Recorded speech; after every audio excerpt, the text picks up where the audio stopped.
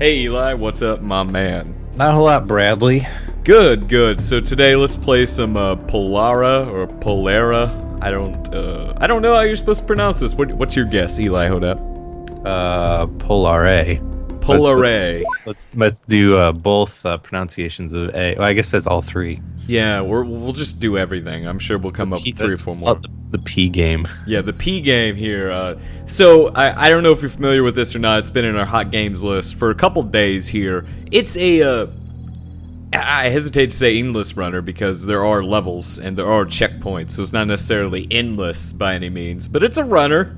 A structured runner? Yeah, a structured runner, that sounds good. And it uses this color changing mechanic, which there was a game that came out on XBLA not too long ago. It was called like Outlaws, something like that, Outblade, that did a similar thing here. So certain obstacles require certain colors, like red lasers, blue lasers. There you go. You have to switch your colors. And of course there's the platforming element too. Here you go. Yeah, that's how you jump. So oh, this is kind of like that what was that GameCube bullet hell shooter that everyone was crazy about? They had to like alternate the colors of your ship. Oh, there was a bullet hell shooter too? Yeah, I don't remember what it's called, but it was like super clever because you could, I don't know. I'm not even going to explain it because it's going to be wrong and someone's going to be mad. Well, I get what you're trying to say. It was Ikaruga. Does that sound right? Oh, I've heard of that name. Never played it. Never played it though. I don't know. It's one of those things you watch videos on YouTube and you're just like, wow, I will never be this good at video games. Right, ever. yeah. I'm like that with every bullet hell shooter, dude. Like, I just don't get it at all. I don't have those reflexes, man. So this is the beginning of Polara, FYI. I figured this is probably the best way to set it up as kind of a narrative component that's not so great, but you know, it informs the world at the very least. Some cool art too. I really like the art. I dig it. Brad Art Nicholson. Indeed. Looks cool. She's got kind of like a Samus thing going on with this suit. Yeah, but also kind of like a RoboCop vibe. Like if you notice at the beginning of every level, they lower her on a crane. Oh, speaking of RoboCop, did you see the images of the new RoboCop suit? Hold on, I'm barfing. Okay, yeah, I did. I can't take it, Eli. I can't take this world anymore. No. You said, hell, hold on, I was barfing a little too serious for me. I was like, oh, jeez. I can't do it. I can't look at that suit.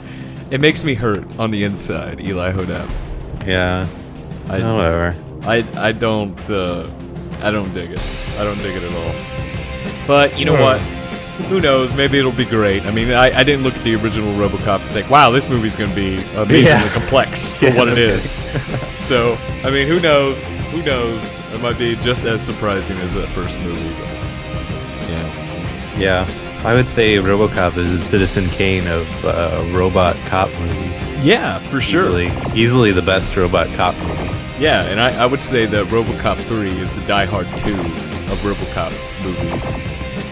Not called Die Hard. Alright. I'll allow it. Yeah. Oh, this is neat.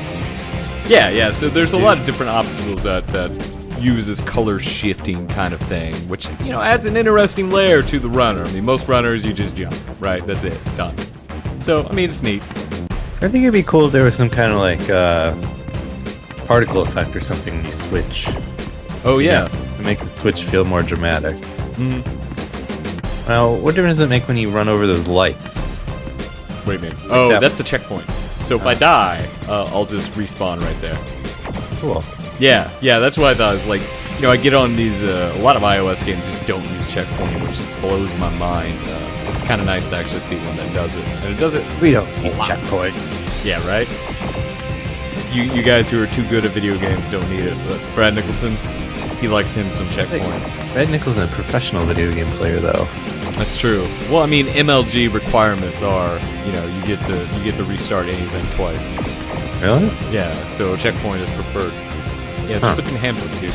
MLG.org. I will never do that. Yeah, don't go to that website either. It might be something that you probably don't want to see on the internet. I really don't know. I'm big into esports. And when I say big into, I mean not at all into. Look, on any level. You watched the League of Legends stuff the other night. Yeah, right? dude. Well, that was really cool. But I really like League of Legends, so I don't know. I don't know anything about the game. I enjoy the raw excitement. But that was the thing, dude. They were so into it. It was like that's like what I imagine sports must be like for people that are into sports. They seemed a little bit more amped up. Like maybe that's what sports is like when you're at the event. You know? No, I don't know. Yeah. I've been to sports games, and my experience can be summed up as, "Wow, this beer is expensive." The beer is usually expensive. These platforms are an interesting mechanic. Yeah, you have to kind of go against the color grain here. It kind of messes with your head a little bit. Like, see, so if I go blue, it's... Oh, man, I don't... I just gotta quit. I gotta quit thinking about it. Yeah, you gotta be. I think you gotta be blue to make the jump. Yeah, there you go. Whew. That's rough, man. Yeah, the League of Legends thing was super cool. I'm really glad I stayed up to watch that. So was it the World Finals or something? Some huge tournament? Yeah, I mean, I don't really understand how their league works, because it seems like they're always doing something that's like world something or other, or, you know, champion this, Right. best that.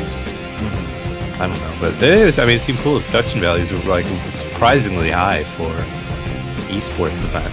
I heard something, and I don't can't substantiate it, but I heard League of Legends is the most popular game on the planet right now. Wouldn't surprise me. Yeah. I mean, it's very good.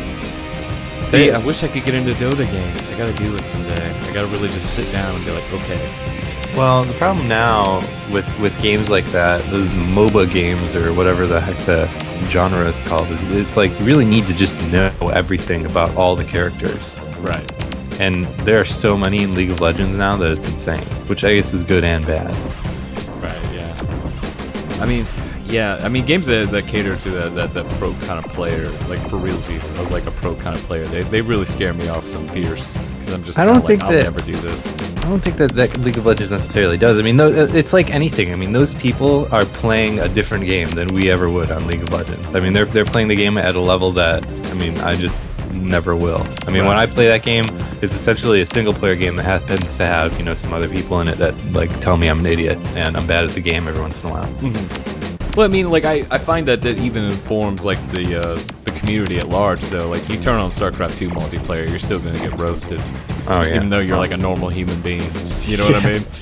Yeah. It's pretty rough. But you also need to know how to build Zerglings, which is something I forget a lot, which makes people angry. Well, being a team-based game, though, I mean, like, you could usually do okay, even if your team's decent and you're bad, like, you'll usually have fun at least. Yeah, I guess that's the thing shooters always have, is like that more kind of team thing. But anyway, that was Polara, a video game. That was just like the first 3 levels or whatever. But people really like it, and maybe you will too. So check it out if you want. Universal, 99 cents, available now.